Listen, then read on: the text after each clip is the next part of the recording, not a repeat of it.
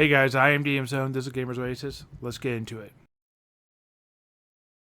Okay guys, we're going to be talking about original Dungeons and Dragons. We're going to be talking more specifically about the magic user class within that game. And later I'm probably going to be building upon this, talking about how this affected future and different games and editions of this game moving forward.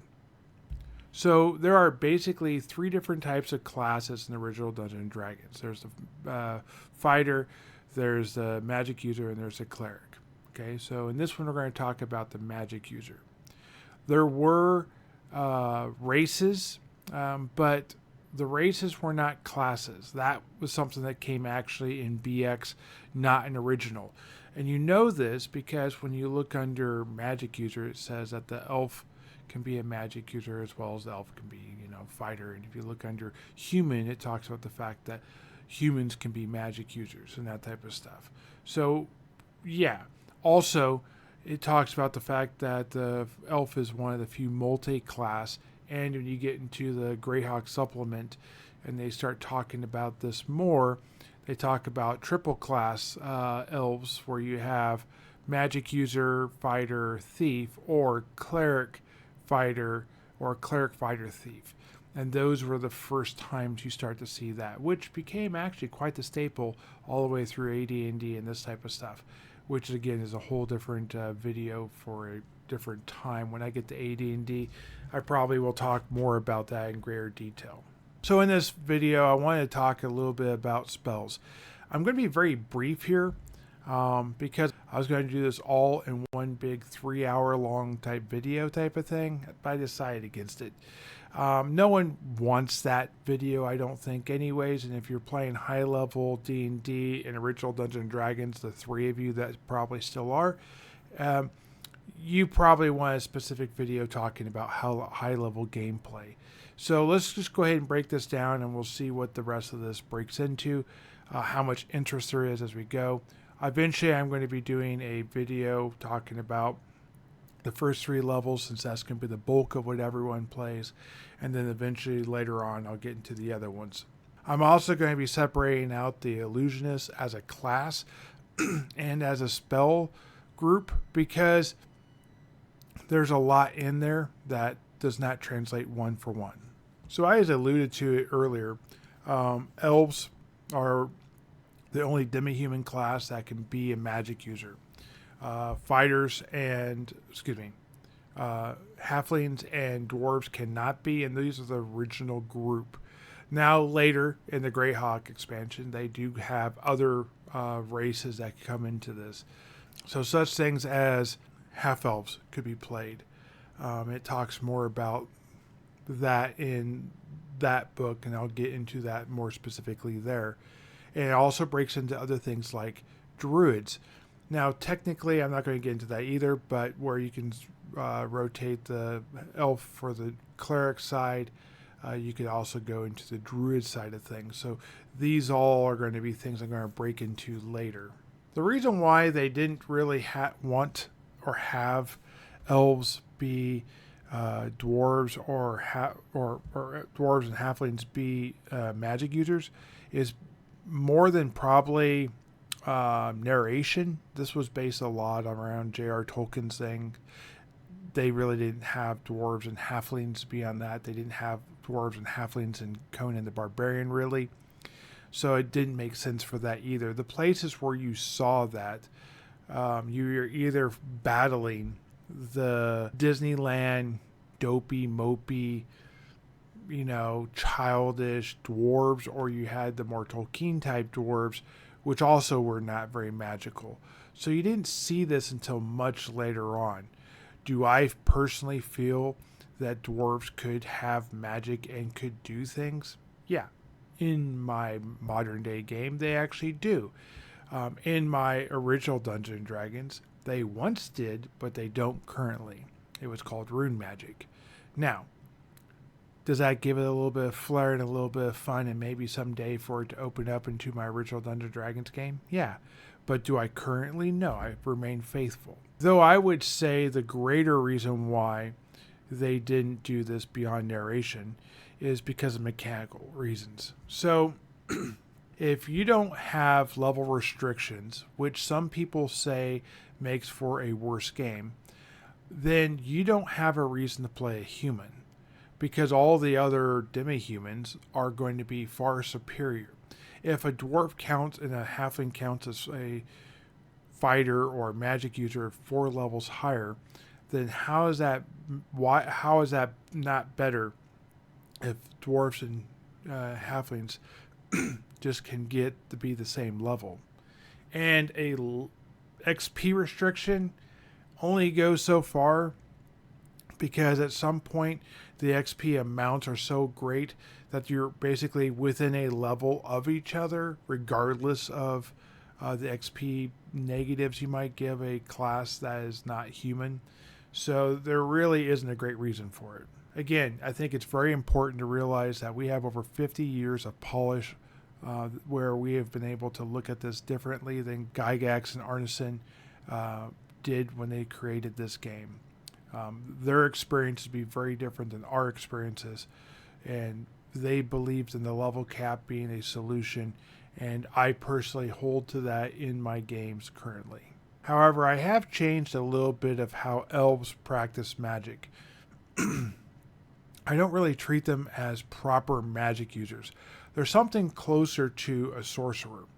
They still have the magic user progression of spells, and they kind of get a read magic spell, just like the magic user gets a read magic spell. Except with the magic user, I give it to them innately. It's a ritual they can cast at will, which who cares if it's at will, frankly? I mean, does anyone really care if a spell like that is at will? I don't think they should. An elf can get the same type of thing, but instead of read magic and it be like normal text and whatnot, they're able to translate elven runes and dwarven runes, which I have the dwarven rune masters. They can't practice the magic because they're not dwarf and they don't understand this logic, but they can at least understand what is being said or attempted or being done, or if that's a dwarven magic source of protection or aggression or whatever it is, where the humans don't understand that. They have new magic per se, and they don't understand how this works. Now, the new magic isn't necessarily better or worse, it's just different. It's very structured, it's very precise. They have little hand gestures they have to hold. It takes a whole movement. They can't move when they do it, this type of stuff. Well, elves can't either, but it's for a different reason. Elves, when they do it through lyrical song. So while they are moving within that space, they are having to keep within that space while they practice their music and song, if that makes sense. And all their spells can be recorded into literally a songbook or written on the wall, and other elves can come and read it and understand the lyrics of the song, and they can play music with it and that type of stuff, kind of incorporating like a semi-bard sorcerer type of feel to the thing. They get to maintain all these spells in their head. Like, let's say they're a second level magic user and they know 2 first level songs. Then they can go ahead and cast any of the spells they have memorized, which would be 2, and they can cast either one of them once or twice. Now they get to third level, they have a second and 2 first. They have 1 second level spell, which they can cast once, and they have 2 first, which they can cast once or twice. But they can only cast a total of 3 spells, one of them being a second level spell. Very simple, very straightforward, a lot more flexibility. The big negative is songs are not small. So a first level song is a book. Generally, it's not even able to be wrote on papyrus or paper or whatever. It has to be carved into stone.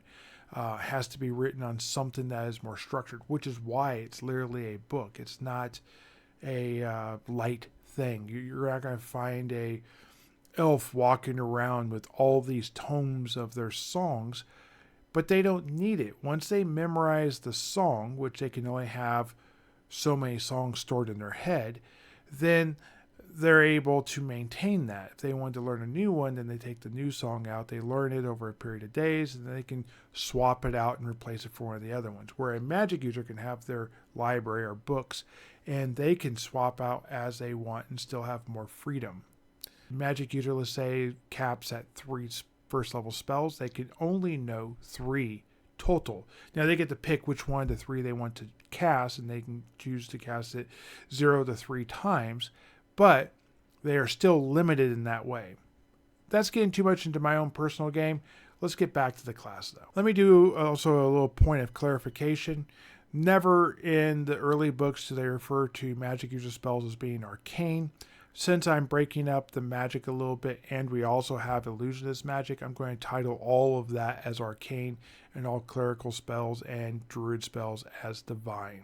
So the Greyhawk book has different things in it that it kind of expands upon. It. All the different stats have new explanations and expansions on what they already do.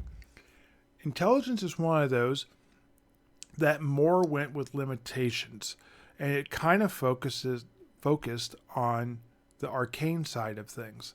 It created level caps. So back in original Dungeons & Dragons, before you came out with Greyhawk, it didn't matter if you have a 13 intelligence and you're a magic user. You could be out there casting 9th level spells. Once Greyhawk came out, then you couldn't cast, I think, beyond 2nd level spells at level 13 intelligence. So there is a difference for that. And I'm not against this limitation. I think it just makes perfect sense. And it limits those who probably shouldn't be magic users in the first place. It is a bit of a different feel. It also has spell chance for failure, which I like that additionally as well. I didn't remember this initially in this old of a game, but it makes a lot of sense that it would be there. It also has maximum spells per level known based upon intelligence and that type of stuff. I feel like these give a little bit more dynamic. There's not a lot in the Blackmore book, the supplement 2, but supplement 3 does dive into this a lot more. That's the Eldritch Wizardry. They talk about psionics and the correlation between magic users and psionics, which are a little bit different for sure. It also has the illusionist class being brought into place, and it has a lot of its own unique and specific spells, and there are some cross-pollination between those two, magic user and the illusionist class. Again, I'm going to be talking about specifically the psionics and the illusionists later in their own individual videos. Depending on the rules that you are using, the title or the phrasing wizard is different. It's not simply a improper use of magic user. It's not simply the modern equivalent of a magic user known as a wizard. A wizard is a title. It's a certain level of magic user. In chainmail, a wizard is sort of a generic term, but they have different levels of wizards, which they call different titles, and they have different levels of powers. If you are using the chainmail rules for this, when a magic user becomes a wizard, it's not an unimportant thing. That is a big deal. For example, a wizard can cast invisibility and be immune to normal missiles, basically at will. It can save versus death in mass combat, so if you have lots of enemies, on a 7 on 2d6. So it has basically its own little escape like clause type of thing. Like it has enough innate magical properties or slip out of harm's way, which is kind of crazy. It also states that wizards can use magical weaponry, though I would say it is limited to magical daggers, swords, rods, and staffs based on the lore that you see in J.R.R. Tolkien's work, that you find in Conan's work and that type of stuff. That probably would be more in the lines of what they're thinking. However, non-magical weapons is limited to daggers. And original Dungeons & Dragons does specifically state that a class can use certain magic weapons and other non-magical weapons. This is a thing that they separate out in this game. The reason why this is specific and important is because weapon class. Now, I talked about weapon class in my weapon class video and in the man-to-man video. I recommend checking out those videos if you want to see more about why that's important. But a wizard limited to dagger at first level is absolutely important when you're dealing with weapon class. Again, if you're not playing with weapon class, it kind of mitigates and eliminates the difference or the weakness of a wizard in melee combat. If you look into the missile section under wizard, it talks about the fact that they can cast a fireball like a catapult. They can use a lightning bolt like a heavy field gun, which if you read into that, it's talking about a cannon and having a bounce and this type of stuff. They can also attempt to control elementals, which are, during the chainmail rules at least, specifically considered to be the most powerful creatures in the game, including over dragons. Though there is some danger as the elemental will turn against them if they fail their role. Applying the rules from chainmail is not a smooth fit as one might think. There's a lot of discrepancy. It was a game wrote before Dungeons and Dragons. It was wrote to be in a mass combat. It wasn't designed to be in a roleplay game. As a game grows in scale towards mass combat, I think the rules for the wizard title really apply better than they do for individual roleplay style games, if that makes sense. So one of the things that's important to go over too is, let's get into a little bit of the meat of the class that I assume everyone kind of knows. Magic users use a D4 for hit points. This is equaled by the thief.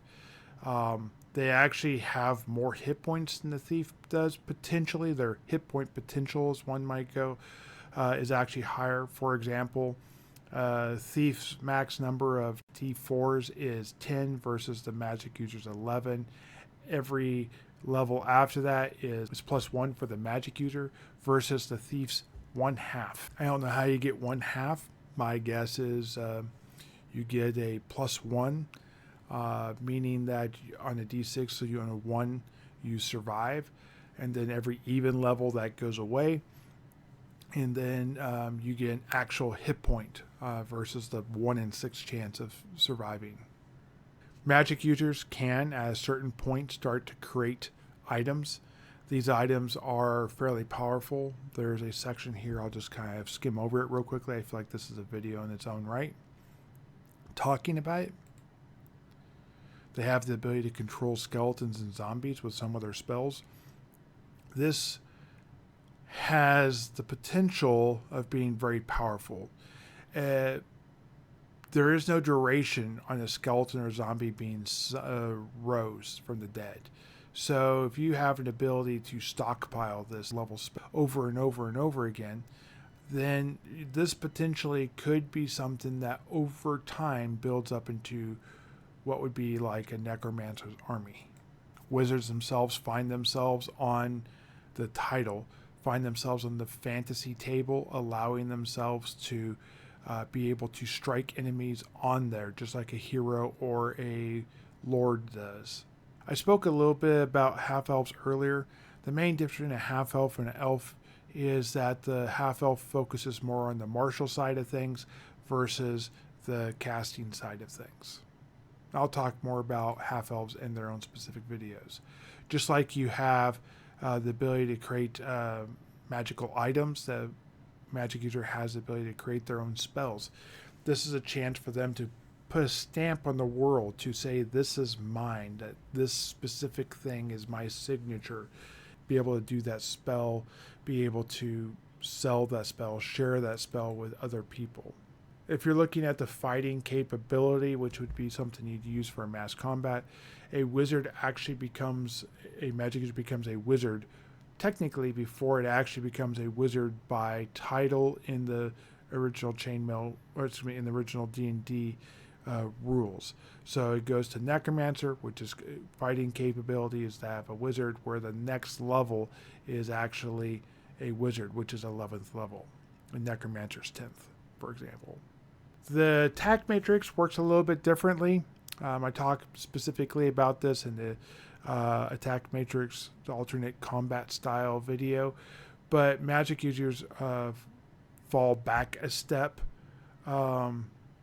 every 5 levels versus the every 3 levels like that of a fighter. The clerics and thieves actually progress slightly faster, falling back a step every 4 levels versus the magic users 5. They don't have level caps for humans in original Dungeons & Dragons. Not that anyone's going to get to level 22 here in 2024. But if you did, you would have 8s all the way up to like level 6 spells, as you can see here. So yeah, you'd have a lot of spells. If you were a magic user, if you were an elf in that situation, you'd probably be much closer to 4 spells for first level versus even 5, let alone 8, because you just couldn't get that high a level. It talks a little bit about wands and staffs being able to be used by magic users, I said before. There are specific staves, not all of them, that are specific to magic users only, though. And there are specific staves that are for clerics only, like the Staff of Healing and the Staff of the Snake cannot be used by a magic user. So demi-humans, outside of elves, have the ability to become magic users. But there's a little bit of funny wording with that, because elves are always magic users or clerics. They can't be both. And halflings and elves can never become magic users. So I think they're maybe talking about if you created some other future race, or if you ever allowed those other things to become that. They had the ability for that. You just had to have a 16 in the prime requisite for that class, and you could not be both a cleric and a magic user at the same time. I think what this really comes down to is Dave Arneson and Gygax knew they were stumbling upon something. They were going to build a better game. This was the first run they did. They knew it wasn't perfect. They knew it wasn't 100% the way they wanted it. They just kind of threw ideas out there in a way that would be not necessarily good enough for now, but was like what drove them, what inspired them to do this in the first place. What got their players excited, knowing that when it went out to the mass group of people, they would have a much better understanding of what's going on, and they'd be able to then interpret this better and re-release the game again in a much better way. Now, unknown or unable to be seen, Arneson and Gygax had a falling out, and they had to kind of diverge the path in which they went. BX was created eventually after the revised edition. The revised edition was really more of a cleanup than actually a full revision. The full revision came out right about the same time, and that was Advanced Dungeons & Dragons. At some point in time, I'm going to talk about that and give that a really good step into it, and we'll talk more about that. But I think it's safe to say right now there is a lot to the magic user class that could be talked about. If there's anything I've missed that you feel like should have been in here, let me know in the comments down below. Let me know, hit me up on Facebook or whatever so we can talk. I would love to hear from you. I hope you guys enjoyed this video. If you liked it, hit like down below, and I'll see you guys in the next video. Keep rolling those dice. Bye.